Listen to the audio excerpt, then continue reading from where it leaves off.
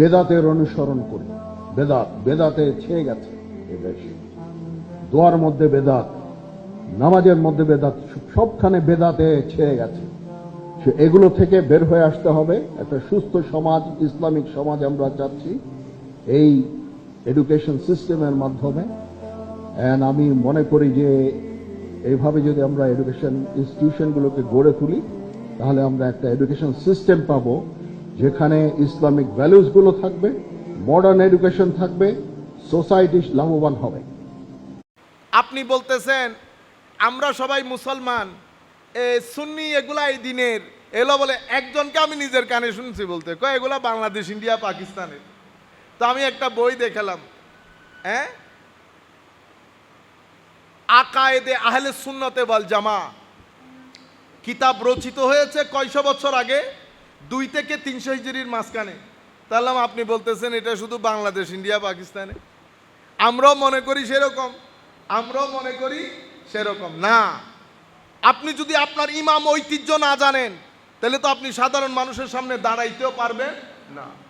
তখন যেই জায়গা থেকে আকীদা বিষয়ে প্রশ্ন এসেছে, দার্শনিকরা দর্শন দিয়ে বলেছে, আমাদের ফেরকায়ে বাতেলা যারা, তারা বিভিন্ন প্রশ্নের উদ্ভব করেছে।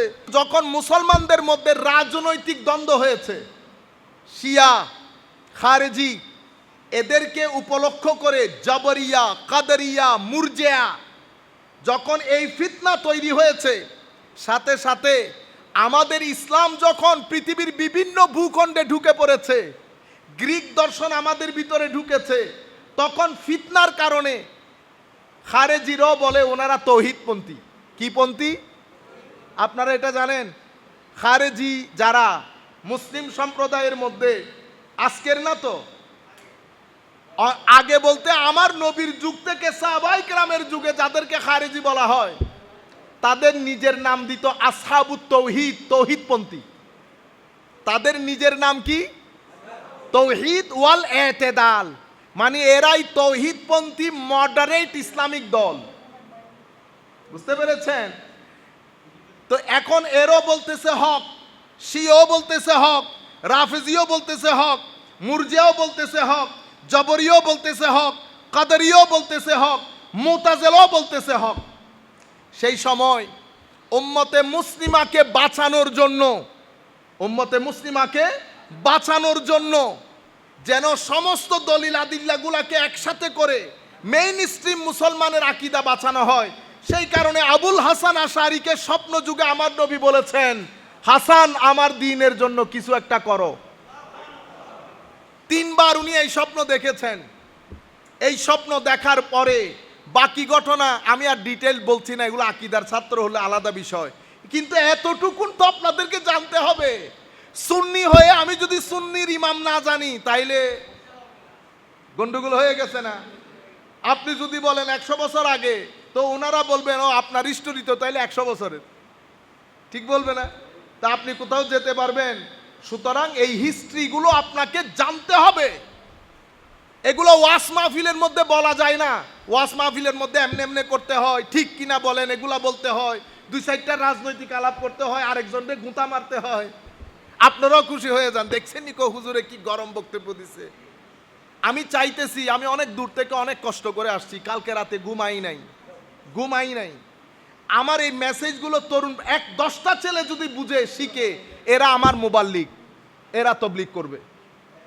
তাইলে আমি আপনাদেরকে যেটা বলছিলাম, ইমাম আশআরী রাদিয়াল্লাহু তাআলা আনহু, তখন উনি যেই শিক্ষকের ছাত্র ছিলেন, সেই শিক্ষক ছিল মুতাজিলা।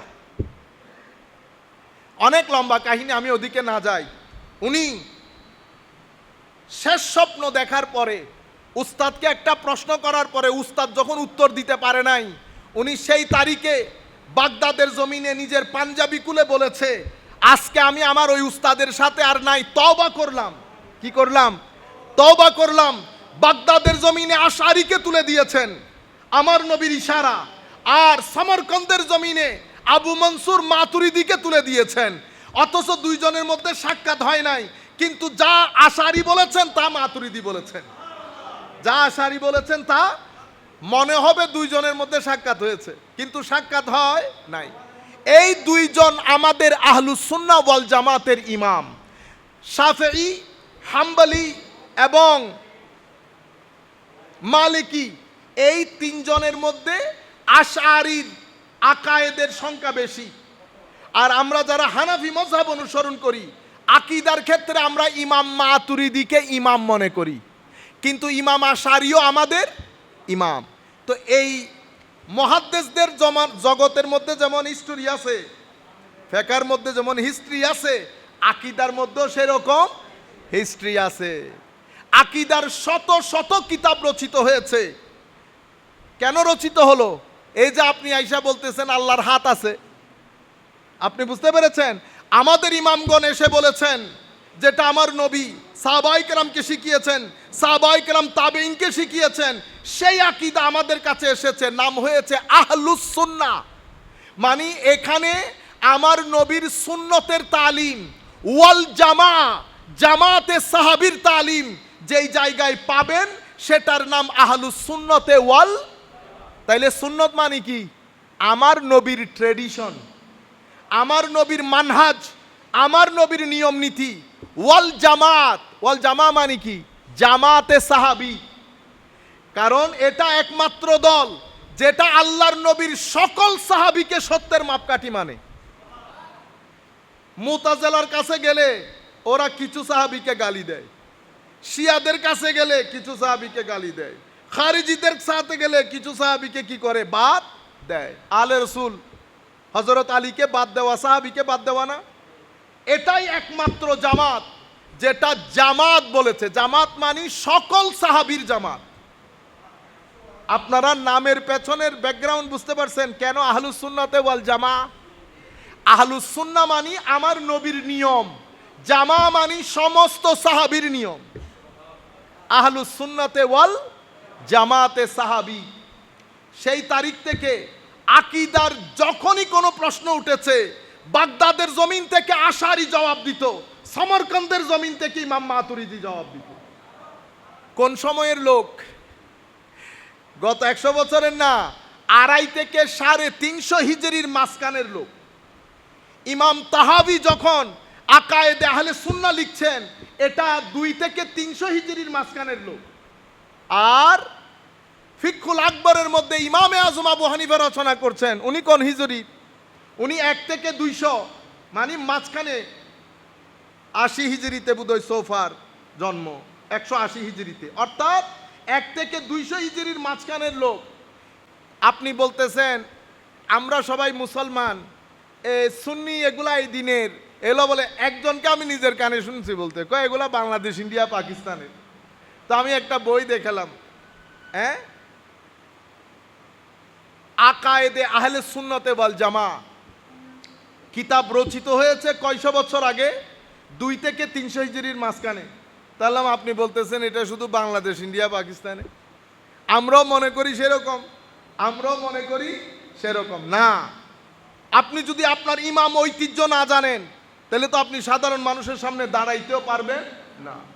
তখন যেই জায়গা থেকে আকীদা বিষয়ক প্রশ্ন এসেছে, দার্শনিকরা দর্শন দিয়ে বলেছে, আমাদের ফেরকায়ে বাতেলা যারা, তারা বিভিন্ন প্রশ্নের উদ্ভব করেছে, আহলুস সুন্নাহ ওয়াল জামাত জবাব দিয়েছে। ইমাম আশআরীর পরে ইমাম আশআরীর ছাত্ররা এসেছে, ইমাম মাতুরিদির পরে মাতুরিদির ছাত্ররা এসেছে, অতঃপর তাদের ছাত্র, অতঃপর তাদের ছাত্র। এটা আকায়েদের আলাদা একটা ধারাবাহিকতা। সেই ধারাবাহিকতার মধ্যে শত শত কিতাব রচিত হয়েছে। তো এখন বহির্বিশ্ব চাই আহলুস সুন্নাহ ওয়াল জামাত সম্পর্কে আপনাদেরকে কনফিউজ করার জন্য। ছেলেদের ভিতরে ঢুকিয়ে দিয়েছে, তুমি সুন্নি বলিও না, তুমি মুসলমান। ছেলেরাও বলতেছ কথা তো ঠিক, আমি মুসলমান। কেন? কারণ তারা চায় সত্যিকার ইসলাম থেকে ছেলেরা সরে যাক। এখন সবাই বলতেছে আইফোন, সবাই ফোনের দোকান খুলছে, ফোনের, টেলিফোনের দোকান, একটার চেয়ে একটা সুন্দর। কিভাবে বুঝবেন কোনটা আইফোন? আইফোন বুঝতে হবে না তো? যিনি আইফোনের দোকান খুলেছেন উনি উপরে লিখে দিয়েছেন আমারটা আইফোনের দোকান। কারণ সবাই বলতেছে ফোনের দোকান, সব তো ফোনের দোকান, আইফোন বুঝবেন কি করে? ওই এটার একটা হিস্টোরিক্যাল ব্যাকগ্রাউন্ড আছে। আমি মুসলমান, কোনো সন্দেহ নাই। আমেরিকাতে গেলে আমাকে জিজ্ঞেস করলে আমি কি সুন্নি বলি? আমি কি বলি? আমি মুসলমান। মুসলিম দুনিয়াতে যখন আমাকে জিজ্ঞেস করবে, আনতা মুসলিম জিজ্ঞেস করবে না, আমাকে জিজ্ঞেস করবে তুমি কোন স্কুলের মুসলমান, তখন আমি বলি কি? আমি সুন্নি স্কুলের মুসলমান। বুঝতে পেরেছেন? আচ্ছা, তো সুন্নি স্কুল হলে আপনার মাযহাব কি? দেখছেন ধারাবাহিকতা আছে না? তো আমি বলি আমারটা হানাফি। তরিকত পালন করেন? জি করি। তরিকতের স্কুল কোনটা? কাদেরি। সেটা আমেরিকাতে জিজ্ঞেস করে নাই। আপনি যখন আমেরিকাতে যাবেন, আপনাকে যদি জিজ্ঞেস করে আপনার দেশের বাড়ি কই, ওয়ার আর ইউ ফ্রম, কোন দেশ থেকে, আপনি বলবেন আমি কিশোরগঞ্জ থেকে। সে চিনবে কিশোরগঞ্জ? তখন বলবেন বাংলাদেশ। তখন কি বলবেন? বাংলাদেশ। ঢাকাতে যদি জিজ্ঞেস করে ওয়ার আর ইউ ফ্রম, আপনি কোন কোন জায়গা থেকে, আপনি বলবেন আমি বাংলাদেশ থেকে স্যার। ওরে বেটা, বাংলাদেশে তো আসো, বাংলাদেশের কোন জায়গা থেকে? তো কি বলবেন? কিশোরগঞ্জের লোক।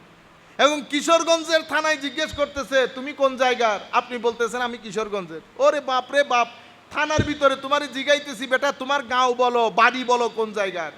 তো এই আস্তে আস্তে আস্তে আস্তে নিচের দিকে আসতেছে না? সেরকম আমি তো জানি আমরা মুসলমান। কোন মুসলমান আপনি? সুন্নি মুসলমান। এখন এটা আজকের উত্তর না, গত 1300 বছরের উত্তর। আপনি 1300 বছরের উত্তরে আজকে কোন স্মার্ট মুসলমান আসলেন? আপনারা বুঝতে পেরেছেন? আপনি আজকে এসে যদি বলেন হুজুর আমি কিশোরগঞ্জ মানি না, কুমিল্লা মানি না, আমরা বাংলাদেশি, হইবনি? যদি এটা হয় এখানেও এটা হবে। যদি আপনি বলেন শুধু মুসলমান, কোনো অসুবিধা নাই, আপনি শুধু বাংলাদেশি বলেন, কিশোরগঞ্জ লিখতে পারবেন না। আপনারা বুঝতেছেন বেটা? এই মানে মৌলিক ষড়যন্ত্র করে উম্মতে মুসলিমাকে পাগল করে দিচ্ছে। তাইলে আকীদার বিষয়টা বুঝছেন? আশআরী এবং মাতুরিদি। আমাদের ইমাম আবু মনসুর মাতুরিদি। ওই আবু মনসুর মাতুরিদি থেকে আজকের দিন পর্যন্ত আমরা যে আকায়েদের নাসফি পড়ি, এটা ইমাম মাতুরিদির চতুর্থ পুরুষ। ইমাম মাতুরিদির চতুর্থ পুরুষ। এরপর ইমাম আশআরীর এখানে ইবনে ফৌরক, ইসফারাইনি, বাকিল্লানি, বাহেলি, গাজালি, আস্তে আস্তে ওনাদের একটা ধারা আছে। দুইটাই মিলে আহলুস সুন্নাতে ওয়াল। তাইলে আমি এখন যদি জিজ্ঞেস করি আহলুস সুন্নাহ ওয়াল জামা কেন বলা হয়? বলা হয় কারণ ওই 2 থেকে 300 হিজরির মাঝখানে যখন বিভিন্ন ফেরকায়ে বাতেলার উদ্রেক হয়েছে। কেন হয়েছে? রাজনৈতিক কারণে। কি কারণে? রাজনৈতিক কারণে। রাজনীতির চেয়ারকে এস্টাবলিশ করার জন্য ধর্মের ব্যবহার হয়েছে। সেই কারণে কেউ খারেজি হয়েছে, কেউ শিয়া হয়েছে, কেউ জাবরিয়া, কেউ কাদেরিয়া। তো সেই জায়গার মধ্যে উম্মতে মুসলিমাকে আমার নবীর রেখে যাওয়া দিন, সাহাবায়ে কেরামের দিন শিখানোর জন্য আমাদের 2 জন ইমাম দাঁড়িয়েছেন। এর পূর্বে কিতাব রচিত হয়েছে আহলে সুন্নাত ওয়াল জামাতের। ইমামে আজম লিখেছেন